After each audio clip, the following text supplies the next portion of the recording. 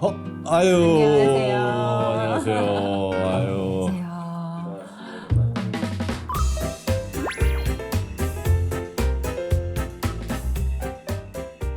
네, 앉으세요. 네. 아유, 예. 또 선수 초대장을 보내주셔서 아유, 예. 제가 이슈에서 이제 오게 됐습니다. 잘 초대해 주셔서 갔네요. 감사해요. 아유, 네. 와주셔서 감사합니다. 네.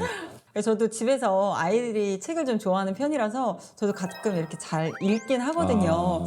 근데 아이들이랑 같이 책 읽는 부모가 가장 좋은 부모죠. 아, 근데 방송 보니까 네. 그런 모습을 많이 보여주더라고요. 아유, 아닙니다. 그래서 제가 네. 초대장을 정말 잘 보냈구나라는 네. 생각이 들었습니다. 네. 제가 초대장을 받고 이 씨가 누구일까 정말 궁금했어요. 이 씨가 누군가요? 빨리 얘기해 주세요. 이 씨의 삶을 들여다보기 전에 네. 제가 준비한 게 있습니다. 네. 네. 한번 열어보실래요?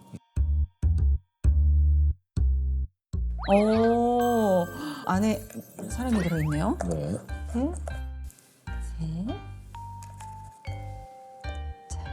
네 명 가족인 것 같아요. 네, 맞습니다. 아빠와 엄마 그리고 아들 둘의 단란한 가정입니다. 저희 집이랑 똑같은데요. 아, 아들 둘의 네 가족. 네. 아유 부럽습니다. 너무 닮아 있네요. 네. 그럼 이 네 명 중에 누가 주인공인가요? 여기서 막내 아들인 둘째가 바로 이 씨의 주인공입니다. 그럼 막내 아들이 어떤 이야기를 들려줄까요? 궁금한데요.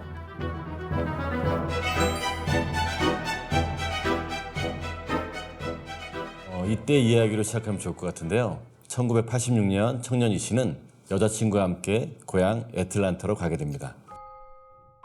그럼 뭐예요? 가서 이제 앨범도 보게 되고 네. 뭐 이런저런 얘기하게 되잖아요. 그렇죠. 또 고향 갔으니까 남자친구 어린 시절 사진들도 좀 보게 되고 이렇게 좀 옛날 이야기도 듣고 이런 시간을 가졌을 것 같은데요. 이거 한번 열어보시죠. 네. 가족 앨범인가 봐요. 그럼 뭐죠? 소아마비 환자와 아내가 철폐를 거부하다. 가족 앨범에 왜 이런 게 들어있죠? 네, 한번 읽어주실래요? 네. 2달 전 소아마비로 쓰러진 23세의 침례교 목사가 철폐를 떠났다. 그가 그레디 병원의 철폐에서 나온 이유는 주님이 내게 그것을 원하셨다고 믿었기 때문이다. 그는 의사의 만류에도 불구하고 그레디 병원의 퇴원 서류에 서명했다. 우리는 의사들을 믿었지만 하나님이 우리 기도에 응답하실 것이고 남편이 나을 거라고 믿어요. 아니, 그러면 의사들이 말렸는데 이제 본인들의 결정으로 인해서 그냥 병원을 치료를 받지 않고 나오게 된 거네요. 네. 그 의사의 만류에도 불구하고 한 이 믿음의 행동은 그 당시에 굉장히 파격적이었어요. 그러니까 네. 기사에 나온 거죠. 지금 들어도 사실 좀 충격적이긴 하거든요. 지금 상황이라고 하더라도. 그렇죠. 근데 더 충격적인 건 이 네. 기사의 주인공이 바로 이 씨의 부모님이라는 얘기죠. 이 아내와 남편이 이 씨의 부모님의 이야기인 거예요? 네.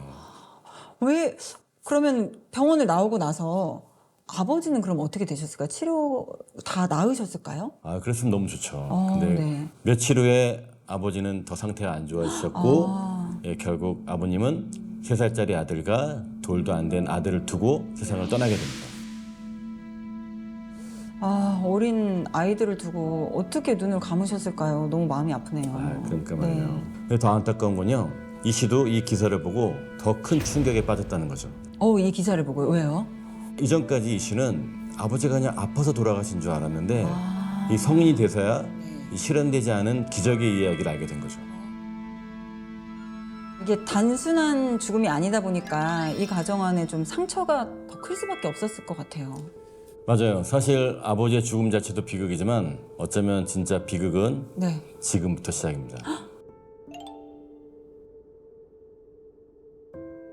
이 씨 아버지가 아프기 직전 사실 이 젊은 부부는 아프리카 선교소로 나가기 위해 오랜 시간을 준비했어요. 하지만 이 모든 계획이 무너지고 어머니는 젊은 나이에 남편을 잃은 과부가 됐죠. 어떡해요. 그러던 어느 날 남편의 묘지에 닿는 어머니가 두 어린 아들을 앉혀놓고 한 말이 있는데 저자가 직접 쓴 책에 나와 있거든요. 한번 읽어주실래요? 네.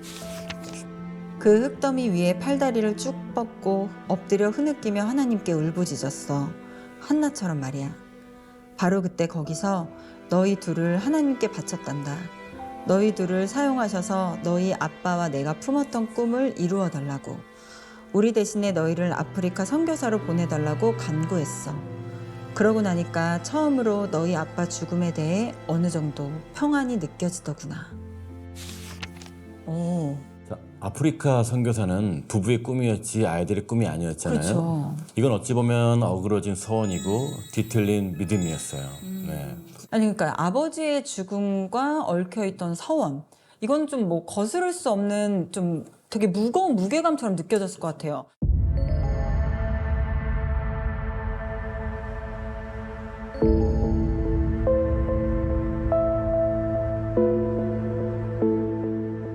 자, 어머니의 소원이 이루어지려면 두 아들은 거룩하고 준비된 그 선교사로 이렇게 자라나야만 하겠죠. 그렇죠. 그러다 보니까 엄마는 아들들을 굉장히 엄하게 키웠어요. 어떻게 보면 강압적이다라고 느낄 정도로요. 네. 어떻게 했길래 그랬을까요? 이게 사실 저도 아들을 키워봐서 아는데 남편 없이 아이 둘을 키우는 게 쉽지가 않아요. 목소리가 자연스럽게 커지기도 하고 이게 사랑의 매를 어쩔 수 없이 들 때도 있거든요. 근데 이렇게 강압적이라고 표현을 했다는 게 어떻게 했길래 그랬을까 좀 궁금하긴 하네요. 도대체 몇 번을 말해야 알겠니? 내가 말 대답하지 말라고 그랬지. 아예 태어난 것을 후회하게 만들어주마.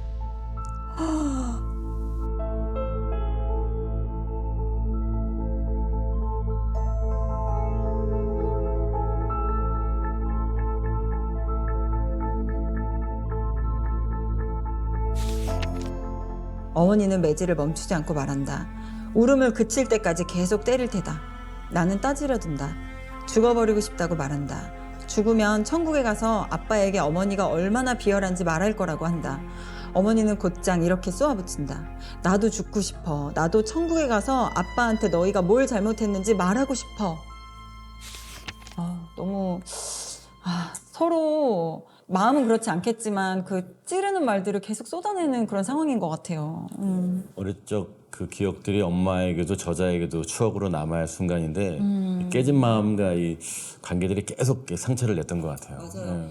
이런 분노가 가득 담긴 말들이 어머니 입에서 쏟아질 때마다 형과 동생 그 두 아들의 마음에는 계속 상처가 아물지 않은 채 더욱 깊이 새겨졌던 것 같아요. 사실 맞아요. 좋은 말만 듣고 해도 이게 쉽지 않은데 맞아요. 네, 예, 맞아요. 계속 상처를 듣고 자란 이 시인은 과연 어떻게 자랐을까요? 네. 저 같으면 내가 빨리 어른이 돼서 이 상황에서 벗어나고 싶다라고 생각했을 것 같고 더 반항하고자 하는 마음들이 생겼을 것 같아요. 이 시는요. 네. 어머니와 충돌을 피하고 싶었어요. 아. 그래서 결국 어머니가 원하는 성경대학에 진학하게 됩니다. 와, 본인이 원하지도 않았는데 가게 된 거예요, 그러면? 그렇죠. 성경 관심이 없었어요. 네. 근데 어머니가 부딪히기 싫으니까 진학하게 된 거죠.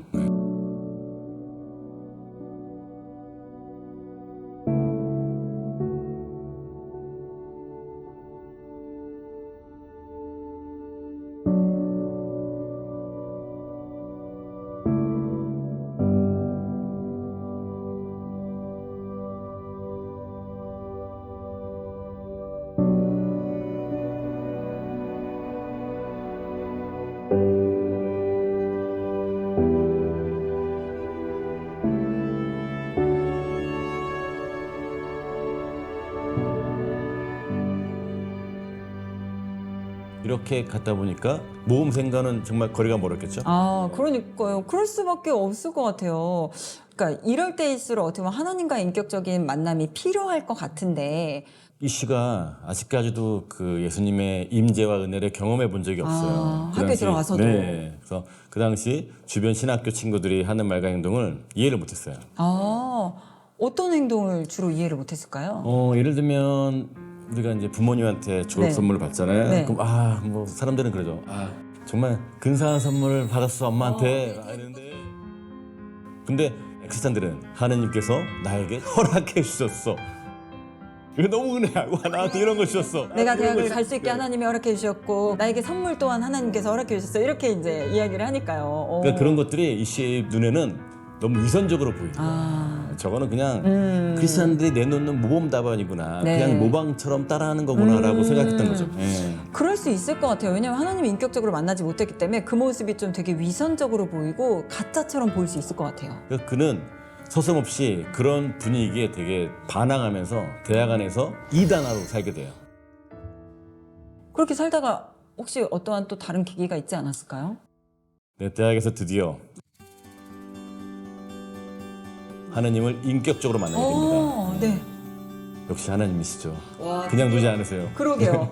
근데 그렇게 이단아로 살고 어릴 때부터 어떻게 보면 불신이 있었잖아요. 그런데 갑자기 어떻게 하나님을 만나게 됐을까요? 그 계기를 이제 제가 설명해 줄게요. 네. 이 씨는 당시 대학교 내 한 사역팀에 속해 있었어요. 오. 네, 수요일마다 이렇게 기도 모임이 있었는데 소속은 되어 있었지만 그냥 마지못해 참석한 거죠. 근데 참 웃긴 게 그 이단아 살면서 또 그런데 또 속해 있어. 그죠? 사역팀에 사실 잘 안 가잖아요. 사실 기도 모임도 정말 하고. 이단아라면 네. 그런데 안 가요. 사역팀 가지도 않아. 그거 자체가 신기한데요? 그 안에 성령님이 계신 거죠. 네. 나도 모르는 나도 성령님이 모르는. 내 안에 계셔도. 그러니까 그 기도 모임에는요 늘 기도 순서가 정해져 있음에도 불구하고 네. 이 씨는 한 번도 그 기도를 한 적이 없어요. 아. 그러니까 친구들이 기도를 하고 그냥 기다리는 거예요. 침묵으로. 아. 근데 계속 기다리다가 이제 안 하면 다시 그냥 각자 방으로 흩어지는 거죠. 아. 네. 그러던 어느 날 평소처럼 이제 친구들이 기도를 마치고 그의 기도를 기다리는데 하나님 갑자기요. 자신도 모르게 어. 하나님이란 말이 나온 거예요. 입을 열어서. 어머머머. 어떻게 이렇게 갑자기 하나님이란 말이 툭 튀어나왔을까요? 근데 더 놀라운 거는 그 기도 내용이 네. 더 놀랍다는 더 거죠. 놀라워요? 네. 어떤 기도했을까? 책에 나와 있습니다. 오, 한번 네. 읽어주실래요? 네. 우리는 사마리아인이 베스로의 피투성이로 누워있는 유대인에게 느꼈던 마음을 그 대학교 학생들에게 느껴야 마땅합니다. 하지만 제겐 그런 마음이 없습니다. 아무것도 느끼지 못합니다. 오. 그 자신 안에 은혜가 없음을 네. 처음으로 고백한 순간이에요. 그러네요. 그리고 그 순간에 하나의 장면이 딱 떠올랐대요. 뭐냐면 한 사마리아인이 그 쓰러진 유대인한테 다가가는데 그 사마리아인의 얼굴은 예수님의 얼굴로 바뀌고 그 쓰러져 있던 유대인 얼굴이 자기 얼굴로 바뀌는 거예요. 그리고 자기 상처를 닦아주려는 그 예수님한테 침을 뱉는 자기의 모습을 보게 되는 거예요. 그 뒤에 있었던 신앙 에세이 발표 시간에 저자는 이렇게 글을 적어 고백했다고 합니다.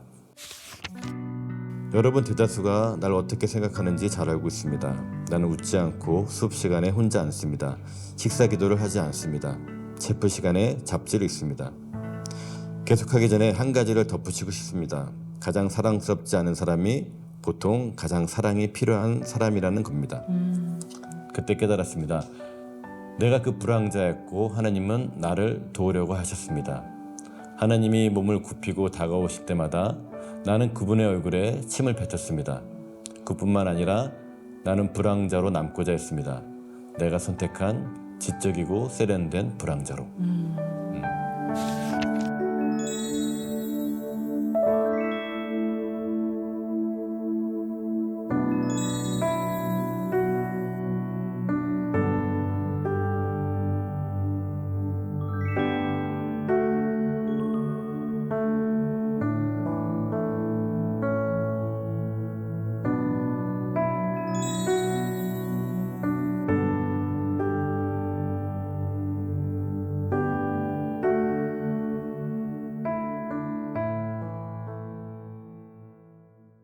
와. 결국 한 사람이 은혜를 깨닫는다는 거 그리고 그 믿음이 되살아난다는 건 그 논리나 노력과는 전혀 상관이 없어요. 아시겠지만 같아요. 예. 이 씨의 고백을 통해 또 한 번 깨닫게 되는데 하느님만이 아시고 하느님만이 하실 수 있는 그런 놀라운 은혜입니다. 맞아요. 사실은 우리가 값없이 그냥 받는 건데 저희가 그걸 못 깨닫고 있는 것 같아요.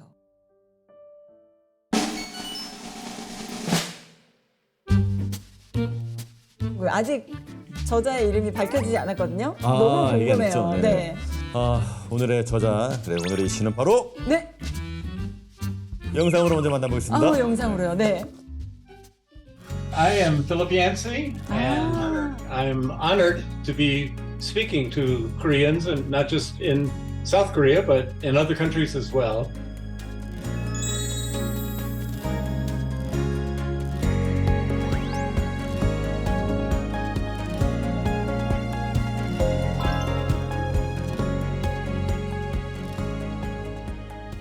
영상에서 밝혀졌지만 오늘의 이 시는 바로 미국의 베스트셀러 기독작가 필립 얀시입니다. 와. 이렇게 또 직접 인사도 나눠주시고 이렇게 뵙게 되니 저희가 너무 영광이네요. 네, 무엇보다 필립 얀시는요 우리 시대 최고의 기독 작가 중 한 명인데요. 그가 출간한 수집권의 이런 책들은 전 세계 수많은 그리스도인들이 공감을 받고 많은 독자들의 사랑을 받아왔습니다. 이런 인생을 살아왔으니까 글에 더 힘이 실릴 수밖에 없는 것 같아요. 네, 그 말이 정말 맞는 것 같아요. 또 최근에 나온 이 회고록을 통해 그 작품들이 더 빛을 발하고 있다고 생각해요. 바로 이 책입니다. I don't know what the title of my memoir is in Korean, but in English it's Where the Light Fell.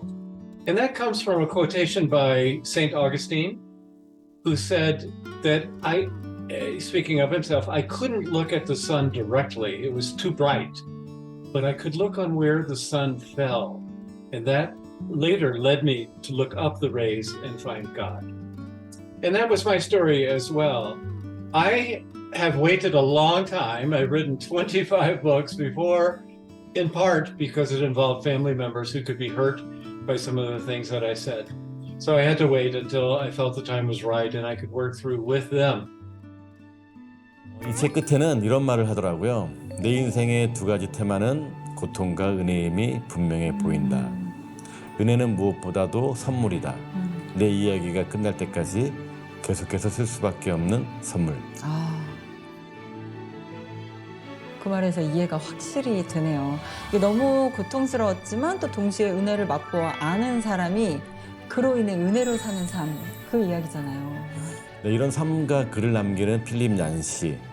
지금 필립 얀시에 대해서 저희가 이제 쭉 살펴봤잖아요. 네. 얘기를 들어보니까 어땠어요?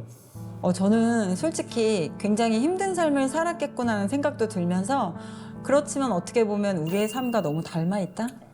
이게 굳이 가정에서만 일어나는 일이 아니라 사회에서, 학교에서, 어디서든 우리가 이러한 감정을 느낄 수 있고 또 이것 때문에 고민하고 힘들 수 있는 상황이 있겠구나. 그렇다면 정말 필립 얀시처럼 우리가 은혜를 구하며 살 수밖에 없겠구나. 그냥 그런 생각이 들더라고요. 맞아요. 저희가 삶을 쭉 훑어봤잖아요. 네. 근데 정말 불행하게 살았거든요. 네. 제가 말해준 것보다 훨씬 더 불행하게 사는데 그럼에도 불구하고 이렇게 멀리 떨어져 있는 이 한 사람이 멀리 떨어져 있는 나에게 이렇게 하나님의 사랑을 느끼게 해줄 수 있다는 거, 정말 하나님은 정말 대단하시다. 맞아요. 그리고 하나님이 직접 하실 수 있음에도 불구하고 사람을 통해서 일을 하시는 걸 정말 제가 느끼는 거거든요. 그래서 역시 사람의 고통과 인생을 정말 귀하게 사용하셔서 우리에게 위로를 주시는구나라는 걸 느꼈습니다. 맞아요. 그리고 뭐 늘 듣고 늘 이렇게 알지만 잘 되지 않는 것, 고통이 아니고 하나님의 선물이고 축복이구나. 그게 정말로 축복이구나라는 걸 다시 한번 깨닫게 되었습니다. 근데 진짜 그걸 깨닫기까지가 너무 어려운 것 같아요. 네. 이런 삶을 살아온 사람이라면 어떤 말을 해줄지 되게 궁금하죠. 너무 궁금해요. 빨리 그 필립 얀시의 다른 책들도 한번 보고 싶다라는 생각이 들어요. 네, 잠시만 기다려주시면 네. 제가 꼭 읽었으면 하는 책들로 추천해드리겠습니다. 좋습니다. 이거 제목 제가 잘못된 거 아니죠 지금? 네. 제가 하던 말을 녹취한 게 아닌가. 책의 초반을 한 줄로 정리해보면 은혜는 불편하다. 어떻게 그렇게 생각할 수 있죠? 성경에 그런 얘기들이 많이 나와요. 성경이요? 그러니까 주님을 만나서 큰 은혜를 받고도 여전히 비은혜스럽게 살아가고 있는 모습들, 간극을 어떻게 메꿀 수 있을까요? 이 책에서는 비은혜에서 은혜로 가는 길을 용서라고 말해요. 필립 얀시의 인생에도 용서의 과정이 있었거든요. 어떤 과정인지 필립 얀시에게 직접 들어봤습니다. 영상 함께 볼까요?